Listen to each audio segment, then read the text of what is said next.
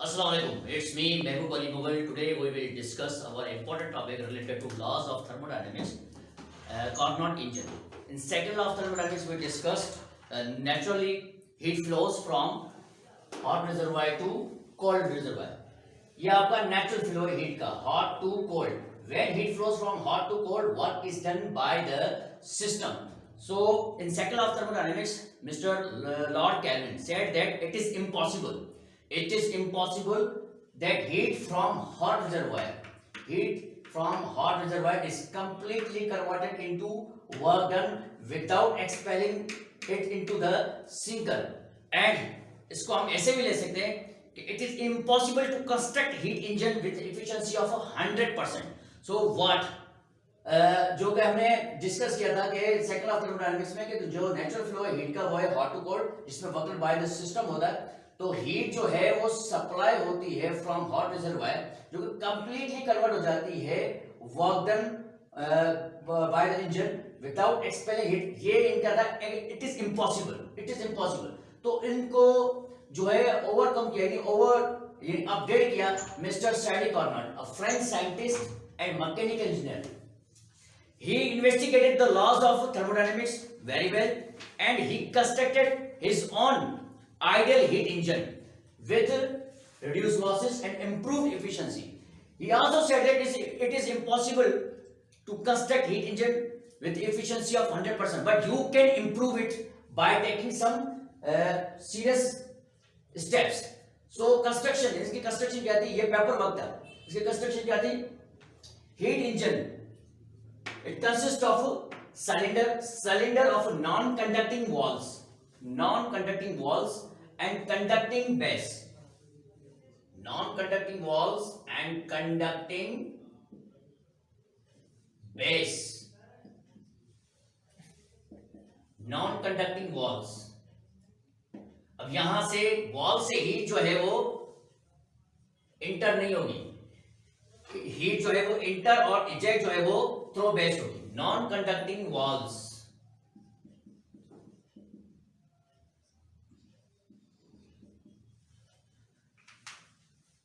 तो cylinder of non conducting walls and conducting base fitted with frictionless movable piston. इसमें जो working substance इन्होंने use किया था वो यूज किया था आइडियल गैस.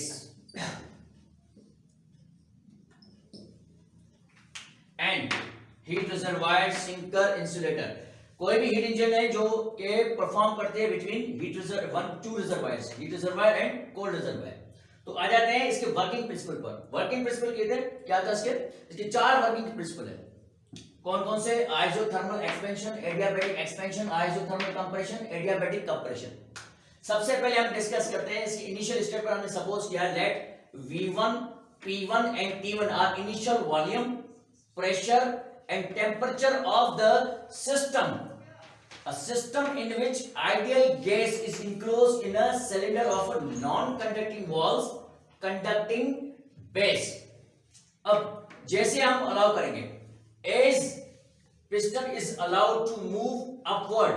अब ये हम upward यूज कर रहे हैं मैकेनिकली. तो as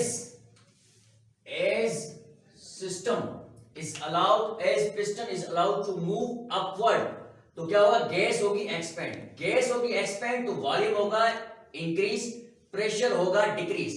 अब प्रेशर जब डिक्रीज होगा तो जो हमने जो डिस्कस किया था काइनेटिक मॉलिक्यूलर थ्योरी में, वो हमने ये डिस्कस किया था कि gas consist large number of molecules. All molecules are in random motion. तो जैसे ही जैसे हम स्पेस क्रिएट करेंगे तो प्रेशर हो जाएगा रिड्यूस. तो प्रेशर पहली बात तो डेवलप होता है कैसे? Because of the maximum collision of molecules. क्योंकि हर किसी की स्पीड डिफरेंट है, तो they can collide with each other and with wall of container. इनकी स्पीड भी डिफरेंट है और स्पीड के साथ साथ इनकी डायरेक्शन भी डिफरेंट है. कोई मॉलिक्यूल जो है वो मूव करता है अलोंग एक्स एक्सिस, कोई मॉलिक्यूल मूव करता है अलोंग वाई एक्सिस, कोई मॉलिक्यूल मूव करता है अलोंग जेड एक्सिस. तो स्पीड भी डिफरेंट है, डायरेक्शन भी डिफरेंट है, और डायरेक्शन और स्पीड डिफरेंट होने की वजह से मैक्सिमम चांसेस है they can collide with each other और with wall of container, due to which pressure can be develop. अब जैसे हमने स्पेस क्रिएट कर दिया तो प्रेशर हो गया डिक्रीज. प्रेशर डिक्रीज हो गया तो इसका मकसद है जो कोलिजन ऑफ मॉलिक्यूल्स है वो भी रिड्यूस हो जाएंगी. तो रिड्यूस हो जाएगी, तो जो ड्यूरिंग कोलिजन आपकी काइनेटिक एनर्जी और मोमेंटम जो कि शिफ्ट हो रही थी वो भी रिड्यूस हो जाएगी। तो हम ये कह सकते हैं कि according to kinetic molecular theory average translational kinetic energy है वो भी रिड्यूस हो जाएगी। अब average translational kinetic energy is directly proportional to the temperature. ये हमने लास्ट टाइम मैथमेटिकली प्रूव भी किया था। तो average translational kinetic energy is directly proportional to the temperature. In quick words हम ये कह सकते हैं कि वॉल्यूम के इंक्रीज होने से प्रेशर डिक्रीज होता है, और प्रेशर के डिक्रीज होने से मैक्सिमम कोलिजन ऑफ मॉलिक्यूल्स वो भी रिड्यूस होती हैं, और मैक्सिमम कोलिजन ऑफ मॉलिक्यूल्स के रिड्यूस होने से average translational kinetic energies of all molecules वो भी रिड्यूस हो जाती है, जो कि डायरेक्टली प्रोपोर्शनल टेंपरेचर के। तो उसका मकसद है टेंपरेचर भी रिड्यूस होना चाहिए। But at the same time हमने इस सिलेंडर को पुट प्लेस किया ऑन हीट रिजर्वायर, और हीट सप्लाई करके हम क्या करते हैं, जो टेम्परेचर रिड्यूस होने जा रहा था उसको हमने कर दिया कांस्टेंट। अब वो टेम्परेचर मेंटेन रहेगा, जैसे जैसे हम हीट सप्लाई करते रहेंगे वो टेम्परेचर मेंटेन रहेगा। तो इस प्रोसेस को हम कहेंगे कि गैस एक्सपेंड भी हुई और टेम्परेचर मेंटेन भी रहा, कांस्टेंट भी रहा। तो इस प्रोसेस को हम कहेंगे आइसोथर्मल एक्सपेंशन। अब इस सिलेंडर को हम पुट प्लेस करते हैं ऑन इंसुलेटर। इसका मकसद ये है कि वाल्व तो ऑलरेडी नॉन कंडक्टिंग है, अब इसका बेस भी नॉन कंडक्टिंग हो गया। अब किसी भी तरीके से हम हीट सप्लाई इसको नहीं कर रहे, तो अब होगा क्या, फर्दर हम गैस को एक्सपेंड कर रहे हैं बाय मूविंग पिस्टन अप। तो अगेन वॉल्यूम इंक्रीज होगा, प्रेशर डिक्रीज होगा। अब इस दफा टेम्परेचर कांस्टेंट नहीं रहेगा, टेम्परेचर भी डिक्रीज रहेगा। क्यों? क्योंकि हमने किसी किस्म की हीट सप्लाई करके टेम्परेचर को मेंटेन नहीं किया। तो इस प्रोसेस को हम कहेंगे एडियाबैटिक एक्सपेंशन। अब इस सिलेंडर को हम पुट प्लेस करेंगे ऑन सिंकर। अब सिंकर से अब हम मैकेनिकली दोबारा मैकेनिकली क्या करेंगे, अब गैस को करेंगे कंप्रेस। अब दो तरीके का है, या तो फिर आप पिस्टन के ऊपर लोड रखो या फिर आप मैकेनिकली उस पर फोर्स अप्लाई करो, यानी किसी ना किसी तरीके से आपको पिस्टन को मूव करना है डाउनवर्ड। अब होगा क्या, जैसे पिस्टन मूव करेगा डाउनवर्ड तो गैस होगी कंप्रेस यानी वॉल्यूम होगा डिक्रीज, प्रेशर होगा इंक्रीज। प्रेशर के इंक्रीज होने से अगेन जो कोलिजन ऑफ मॉलिक्यूल्स है वो भी इंक्रीज हो जाएगी, और average translational kinetic energy of all molecules है वो भी इंक्रीज हो जाएगी, ड्यू टू व्हिच टेंपरेचर भी इंक्रीज होना चाहिए। लेकिन हमने क्या किया, हीट जो है वो इजेक्ट आउट करवा दी from the system to the sinker. अब होगा क्या, जो टेंपरेचर आपका इंक्रीज होने जा रहा था वो दोबारा रहा मेंटेन। अब टेम्परेचर भी रहा मेंटेन इन कांस्टेंट रहा। तो इस प्रोसेस को हम कहेंगे कि ये गैस कंप्रेस हुई है at a constant temperature, isothermal compression. अब उसके बाद दोबारा हम इसी सिलेंडर को पुट प्लेस करेंगे ऑन इंसुलेटर। अब हम दोबारा किसी तरीके से हीट सप्लाई तो नहीं करें, अब इजेक्ट आउट भी नहीं करेंगे। अब फर्दर हम लोड पुटअप करके हम या एक्सटर्नल फोर्स अप्लाई करके दोबारा हम क्या करेंगे, इस गैस को फर्दर जो है वो कंप्रेस करेंगे। इस सूरत में क्या होगा, वॉल्यूम डिक्रीज होगा, प्रेशर इंक्रीज होगा, और अब तो टेम्परेचर भी इंक्रीज हो जाएगा। क्यों? क्योंकि किसी किस्म की हमने इंटरनल हीट जो है वो इजेक्ट आउट नहीं की इनटू द सिंकर, क्योंकि अब सिंकर नहीं, अब ये इंसुलेटर है। अब होगा क्या, जो आपका जो सिस्टम है जहां से स्टार्ट हुआ था वो कुछ चेंजेस के बाद return back to its original state. इसका जो ओरिजिनल टेम्परेचर था T1, बाद में भी फाइनल स्टेट पर इसका टेम्परेचर सेम रहा।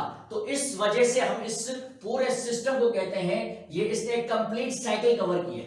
A system which return back it's original state, that system is called cyclic process. After covering all these process it becomes it's original state. तो हम इस वजह से इन प्रोसेस को जो कि 4 अप्लाई किए, इसको हम कहते हैं कार्नोट साइकिल। और ये आपका वर्किंग फंक्शन बता रहा था किसका, कार्नोट इंजन का।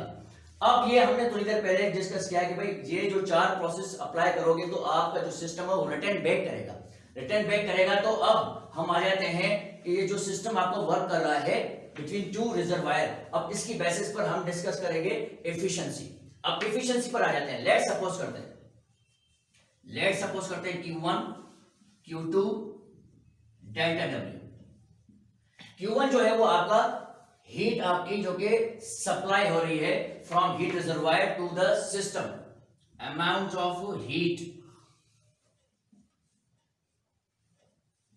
Of heat supplied to the system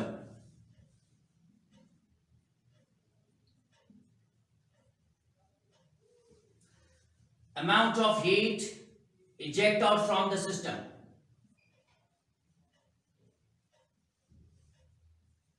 ejected from the system, and work done by the system W,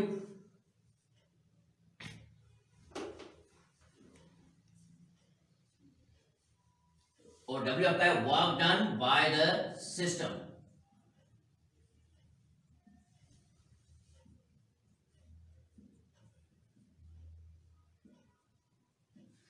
अब एफिशिएंसी हम निकालते हैं आउटपुट अपॉन इनपुट। अब इनपुट में और आउटपुट में, इनपुट में हम दे रहे हैं heat supply to the system और आउटपुट आपका है work done by the system. ये आपका हो गया work done by the system और इनपुट आपका है heat supply to the system, जिसको हमने सपोज किया Q1।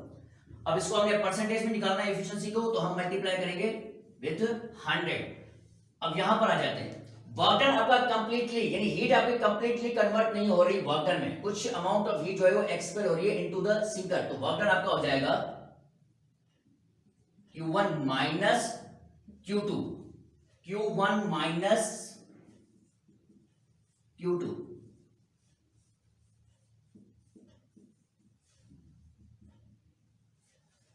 तो यहां पर हम परसेंटेज निकालने जा रहे हैं एफिशिएंसी की, तो ये Q1 आपका Q1 से भी डिवाइड होगा, ये Q1 आपका Q2 से भी डिवाइड होगा, तो ये आपका हो जाएगा 1 माइनस Q2 अपॉन Q1। ये आपका एफिशिएंसी का फार्मूला आ गया in terms of heat. Similarly efficiency of heat engine, Carnot engine हमें निकालना है इन टर्म्स ऑफ टेम्परेचर। तो हमें पता है कि Q1 जो है वो रिप्रेजेंट कर रहा है amount of heat supplied from heat reservoir at temperature T1, तो ये टेम्परेचर आपका है हॉट बॉडी का, हॉट रिजर्वायर का, और ये T2 टेम्परेचर आपका है कोल्ड रिजर्वायर का।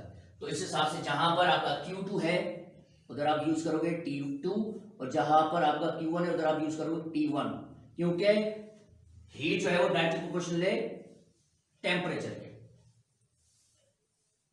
तो ये आपका एफिशिएंसी का फार्मूला आ गया in terms of temperature. If you have any question you can ask. Thank you very much.